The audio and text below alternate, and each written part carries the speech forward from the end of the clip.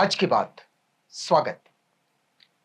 आप जानते हैं कि अब लोग क्रांति ज्योति सावित्रीबाई फूले इनका जन्मदिन बड़े उत्साह के साथ राष्ट्रीय शिक्षिका दिवस के रूप में मनाने लगे हैं। जब क्रांति ज्योति सावित्रीबाई फूले की बात होती है तो उनके इस अध्ययन और अध्यापन के कार्य में केवल वो अकेली नहीं होती है, उनके साथ सगुना भी होती है, उनके साथ फातिमा भी होती है और इन सब के पीछे होते हैं भाई उस्मान शेख और क्रांतिबा ज्योतिबा फूले। आप इन चीजों को समझिएगा कि वो व्यवस्था, जो व्यवस्था केवल पुरुष प्रधान मानसिकता के साथ आगे बढ़ती है, उस व्यवस्था में स्त्री और पुरुष दोनों मिलकर चलते हैं। और फिर क्रांतिबा ज्योतिबा फूले और क्रांति ज्योति सावित्रीबाई फूले ये संदेश भी देते चले जाते हैं कि हमारे जीवन रथ के दो पहिए हैं और ये दोनों पहिए एक साथ अगर चलते हैं तो जीवन को बदल सकते हैं। आप देखिएगा वो 19वीं सदी की शुरुआत का वक्त था जब हमारे यहां शिक्षा के क्षेत्र में एक नई बयारें बहने लगी और फिर जब ये नई हवाएं चली तो इसके साथ चीजें बदलने लगी। ज्योतिबा फूले तो पढ़ रहे थे, थोड़ा थोड़ा पढ़ भी लिए थे, लेकिन जितना कुछ उनको उनकी स्कूली शिक्षा से हासिल हुआ उससे ज्यादा उन्होंने जीवन से, समाज से, अपने आसपास के जनजीवन से सीखा, समझा और कुछ चीजें उनके मन में घर करने लगी। ये वक्त वो था जब ब्रिटिश गवर्नमेंट ऑफ इंडिया जो थी उन्होंने भी कुछ स्कूलें खोलने का प्रयास किया था, लेकिन अ, पेशवाई का वो वक्त था और जिसमें स्थिति ये थी कि शूद्रों को, महिलाओं को पढ़ने का अधिकार नहीं, इनको नहीं पढ़ने देंगे, वो स्कूलें नहीं चली। ऐसी स्थिति में ज्योतिबा ये सोचते हैं कि क्यों ना स्वयं ही स्कूल खोल ली जाए, लेकिन फिर स्कूल में पढ़ाएंगे कौन?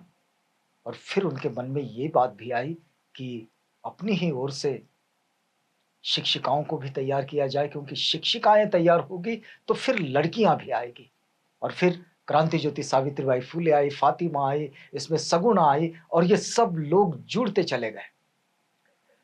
अब क्रांति ज्योति सावित्रीबाई फूले का जो जीवन कार्य है, उनका संघर्ष आप सब लोग जानते हैं, हम सब जानते हैं कि उन्होंने कितनी कठिनाई से स्त्रियों के लिए, महिलाओं के लिए, लड़कियों के लिए स्कूलें चलाई, उनके लिए स्कूलें खोली और उन्हें शिक्षा प्रदान की।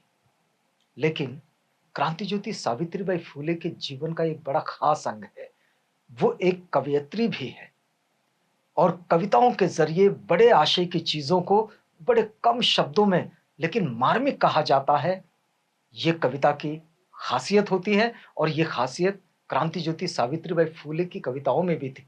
उनके कविताओं में उनके आसपास का उनका ऑब्जर्वेशन, जो वो देखती थी, वो उसमें दिखाई देता है, लेकिन इसके साथ साथ दिखाई देती है उनकी वो परिस्थितियां, जो परिस्थितियां उस वक्त उनके आसपास थी और जिन परिस्थितियों से निकलने के लिए और लोगों को उन परिस्थितियों से निकालने के लिए और उनके जीवन को बेहतर बनाने के लिए वो काम कर रहे थे, क्योंकि बंधन बहुत ज्यादा थे और उन बंधनों से लोगों को मुक्त करना था।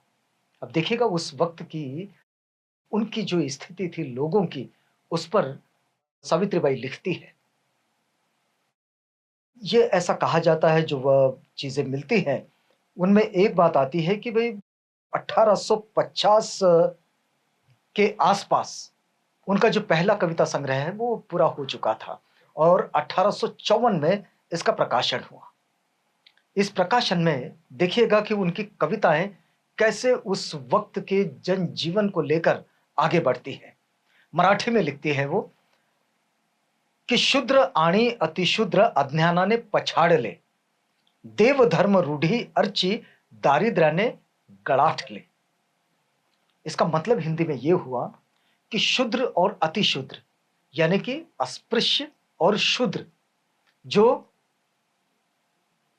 अछूत है वो भी वर्ग और जो वर्ण व्यवस्था में चौथे नंबर पर यानी कि शूद्रों की श्रेणी में आता है वो भी वर्ग, इन सबको अज्ञान ने पछाड़ दिया है।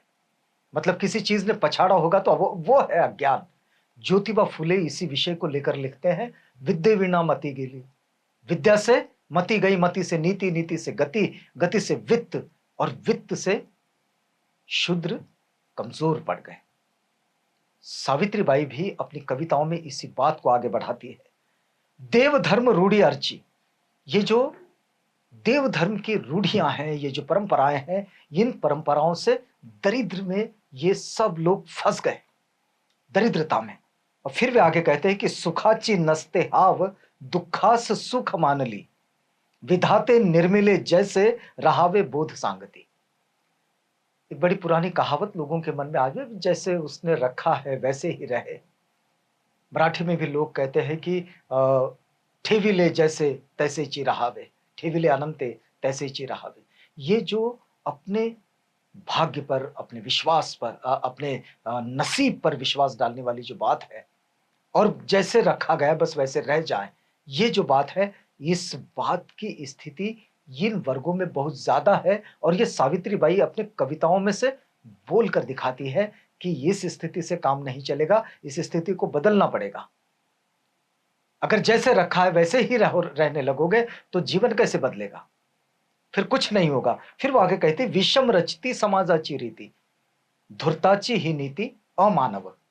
इसका मतलब यह हुआ कि विषम रचती समाजाची रीति, मतलब समाज की जो रीति है, जो चाल है, वो विषमता पर आधारित है। और ये धूर्त नीति है, ये छल कपट वाली नीति है, ये अमानवीय नीति है। देखिएगा, उस वक्त में सावित्रीबाई अपनी कविताओं के जरिए लोगों को इस तरह से जागरूक करती रही। आज सावित्रीबाई फुले का ये जन्मदिन है, उनका जयंती दिवस है, और इसे लोग शिक्षिका दिवस के रूप में मनाते हैं। तो वो वास्तव में शिक्षिका कैसे है, इस बात से हम यहां से समझ सकते हैं। उनकी एक और कविता है, मराठी में है उनका, तयास मानव म्हणावे। अब ये उपरोधात्मक भी है, और फिर मानव किसे कहा जाता है, इस बात पर भी सावित्रीबाई कहती है। सावित्रीबाई का एक छोटा सा उसमें से दो लाइनें आपको बताते हैं कि ओळखे दुःखित जणू जण गीत, जाने परहित तो मानव। जो दुखितों के दुख को समझता है और फिर औरों के हित के लिए काम करता है, वो मानव है। मतलब जो अपने स्वयं के लिए जी रहा, वो मानव नहीं। वे अपने कार्य को इस तरह से आगे बढ़ाते हैं। एक और भी उनकी बड़ी अच्छी कविता आती है।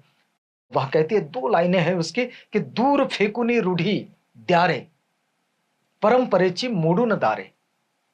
दूर फेंक दो इन रूढ़ी परंपराओं को, इसको दूर फेंक दो। जिन रूढ़ी परंपराओं में तुम्हारा जीवन खराब होता है, इन रूढ़ी परंपराओं को दूर फेंक दो, और परंपरा के जो दरवाजे हैं वो उन्हें तोड़ दो।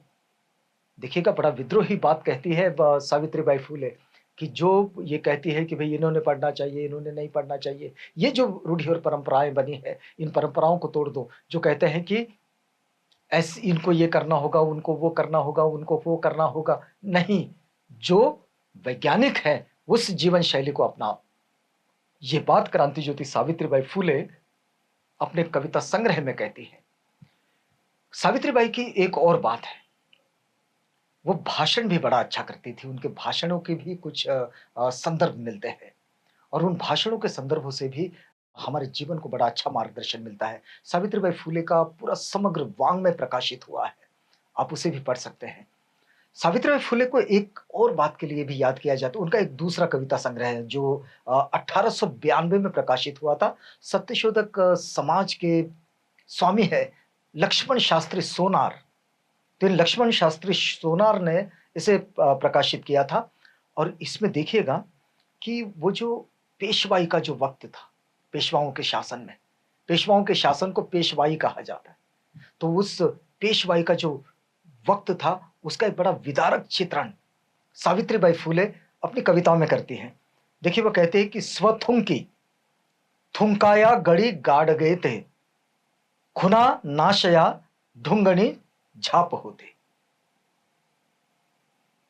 गले में मटका है लोगों के थूकने के लिए, और उनके कदमों के निशान मिट जाए, खुना नाशया, उनके कदमों के निशान मिट जाए, इसके लिए उनके कमर में झाड़ू बंधा हुआ है, धुंगनी झापते। ये जो बात वो कहती हैं, स्त्रियों की स्थिति पर भी सावित्रीबाई फूले बड़ी कटाक्ष के साथ लिखती है, और उसमें भी एक बड़ी रचना उनकी आती है। एक और वो पेशवाई पर ही लिखती हैं कि छड़ ब्राह्मणाला अशी स्त्रीणशाही, मुखा बोलती ही जळो पेशवाई, पहा शंकराचे लुटी पूज्य क्षेत्र, अशी माजली पेशवाई विचित्र। जो अच्छाई का क्षेत्र है उसे लूट लिया है, पहा शंकराचे पूज्य लूटी पूज्य क्षेत्र। ये जो अच्छा क्षेत्र है उस क्षेत्र को इन्होंने लूट लिया। अशी माजली पेशवाई विचित्र, ऐसे पेशवाई अपने आप में बड़ी मस्ती में आ गई है, मदमस्त हो गई है।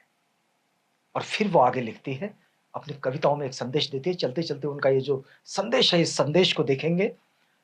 वो कहती हैं कि माझ्या जीवनात ज्योतिबा स्वानंद, जैसा मकरंद कळीतला। मेरे जीवन में ज्योतिबा ऐसे है जैसे अमृत हो। फिर वो आगे कहते हैं, विषम रचती समाजाची रीति, धुरताची ही नीति अमानव। ये हमने देखे, ये उसी का हिस्सा है।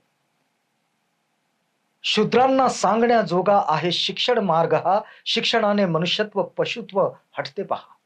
शिक्षा जो है ये ऐसा मार्ग है कि ये शूद्रों को अतिशूद्रों को बताया जाए, इससे पशुत्व हटता है और मनुष्यत्व की प्राप्ति होती है। फिर वे कहती है कि विद्ये विन गेले वाया गेले पशु, स्वस्थ नका बसु विद्या घेणे। शिक्षा लीजिए, बहुत जरूरी है। विद्या के बगैर, शिक्षा के बगैर जीवन पशुवत हो जाएगा, हो जाता है। शूद्र अतिशूद्र दुख निवाराया, इंग्रजी शिकाया संधि आली। अब देखिएगा, इसमें बड़ी महत्वपूर्ण बात है कि जब ब्रिटिश गवर्नमेंट यहां आए तो उनके साथ अंग्रेजी शिक्षा के दरवाजे भी खुल गए।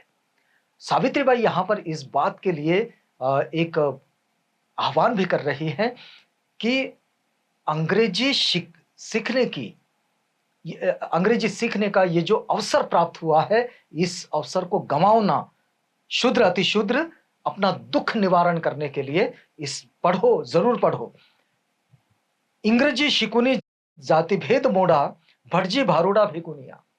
वो भटजियों के जो भारूड है, उन भारूडों को जरा बाजू में रख दीजिए और अंग्रेजी सीख लीजिए, जाति भेद को तोड़ने के लिए। सावित्रीबाई का ये जो संदेश है अपने आप में बड़ा खास संदेश है। फिर वो आगे कहती है कि ज्योतिबाचा बोल मनात परसा, जीवाचा आरसा पाहते मी। ये जो जीवन का जो आईना है उसे मैं ज्योतिबा के बोल में देखती हूं। वाचे जे उच्चारी तैसी क्रिया करी, तोच नर नारी पूजनीय।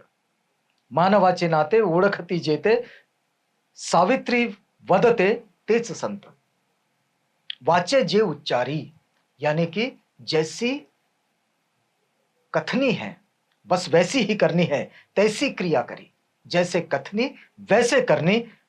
वो ही नर नारी, वो ही नर और नारी पूजनीय होते हैं। धम्मपद में भी इसका उल्लेख मिलता है कि जो अपनी कथनी और करनी में जिनके फर्क नहीं है, वही नर वही नारी ये पूजनीय होते हैं, अच्छे होते हैं। और फिर मानवाचे नाते, मनुष्य का जो नाता है वो जो पहचान लेते हैं, ओळखती जे। सावित्री वदते, सावित्री कहती है कि तेज संत, यानी कि वही संत है। अगर आपको संत को देखना है तो संत को ऐसे ही देखा जाएगा कि जिसकी कथनी और करनी में फर्क नहीं है। आज सावित्रीबाई के जन्म दिवस पर हम आज की बात में उन्हें याद कर रहे हैं। यहां रुकते हैं, अगली कड़ी में आपसे पुनः भेंट होगी। तब तक के लिए हमें इजाजत दीजिएगा।